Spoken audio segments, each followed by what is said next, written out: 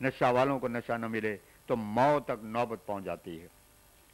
فرمایا ایک دفعہ ایک عورت میرے پاس آئی اور کہنے لگی کہ مجھے 3 دن سے نشہ نہیں ملا، اس کی حالت بہت ردی تھی اور نشے کے لیے مجھ سے پیسہ طلب کرتی تھی۔ میں نے تعجب کیا کہ یہ نہ روٹی کا سوال کرتی ہے نہ کپڑے کا، اور نشے کے لیے بے قرار ہے، اسے عادت ہوگی اور اب اس کی زندگی کا گویا جزو ہو گیا ہے، اس لیے اس کو اپنے بیان میں سچا جان کر میں نے ایک پیسہ اسے دے دیا۔ اس موقع پر حضرت اقدس نے حکیم مولانا نور الدین صاحب سے سوال کیا کہ کتنے عرصے کے بعد انسان کسی نشے کا ایسا عادی ہو جاتا ہے کہ پھر اسے چھوڑ نہیں سکتا اور مجبور ہو جاتا ہے؟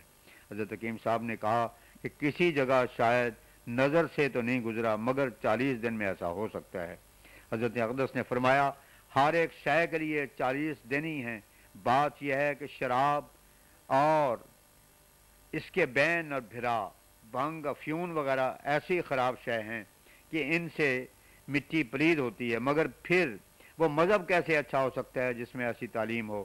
ہاں ایک صورت ہے یہ نشہ چھوٹ سکے کہ جیل خانے میں بند ہوں، داروغہ بھی ایسا ہو کہ کسی سے سازش نہ کرے، پھر شاید یہ عادت چھوٹ جاوے۔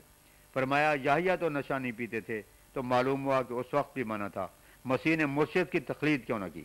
شاید کوئی یہ اعتراض کرے کہ اوائل اسلام میں تو حرمت نہیں تھی، 13 برس کے بعد حرمت ہوئی، تو جواب یہ ہے کہ اسلام تو آہستہ آہستہ صفائی کرتا جاتا تھا اور قوم بن رہی تھی، جب قوم بن گئی تو حکم آ گیا۔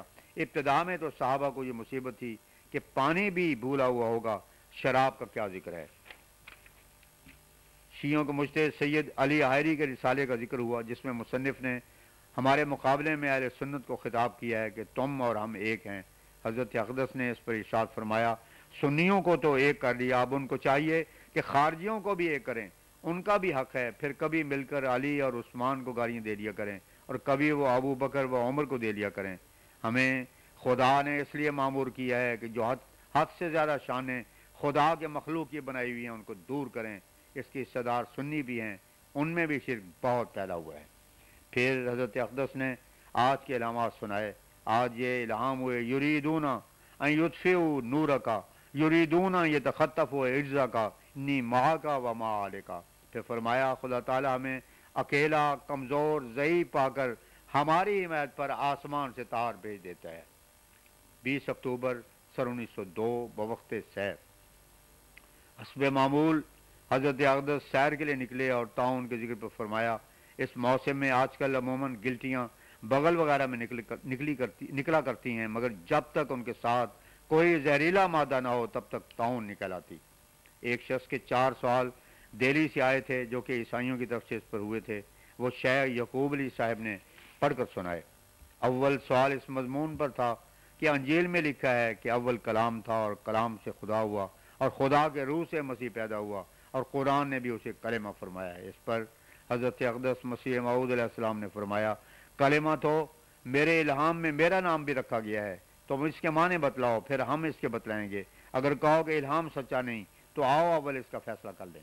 خدا تعالیٰ فرماتا ہے یومنو باللہ و کلماتہ، سورہ اعراف آیت 159، ما نفدت کلمات اللہ، سورہ لقمان آیت 28۔ معلوم ہوا کہ قضاء و قدر کا نام بھی کلمہ ہے۔ روح کی 2 قسمیں ہوتی ہیں، روح شیطان اور روح اللہ۔ پہلا لفظ ولد الزنا اور دوسرا اصیل پر بولا جاتا ہے۔ دوسرا سوال اس مضمون کا تھا کہ جو قرآن اور انجیلوں کا مصدق ہے تو کیا اناجیل صحیح ہیں؟ اس پہ حضور نے فرمایا مصدق کے معنی قرآنی طور پر یہ ہیں کہ جو کچھ صحیح تھا اس کی تو نقل کر دی اور جو نہیں لیا وہ غلط تھا۔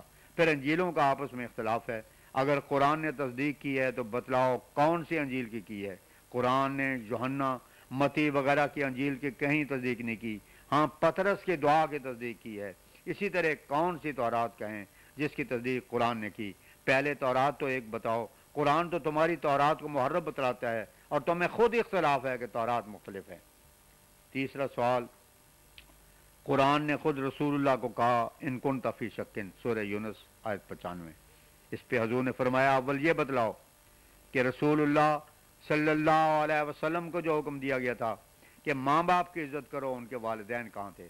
ہاں یہ شک کا لفظ اول مسیح پر وارد ہو سکتا ہے، کیونکہ اگر وہ قربان اور فدیہ دینے کے واسطے آیا تھا اور یہ قطعی فیصلہ تھا تو اس نے کیوں کہا کہ اے خدا یہ پیالہ مجھ سے ٹال دے۔ معلوم ہوا کہ اسے ضرور شک تھا۔ قرآن میں جہاں شک کا لفظ ہے ہر ایک مخاطب کی طرف ہے، نہ کہ خاص رسول اللہ صلی اللہ علیہ وسلم کی طرف۔ خدا نے ہمیں قاعدہ بتلایا ہے کہ جو بات قرآن کے مطابق ہو اس پر عمل کرو، اور جو مخالف ہو اسے رد کر دو۔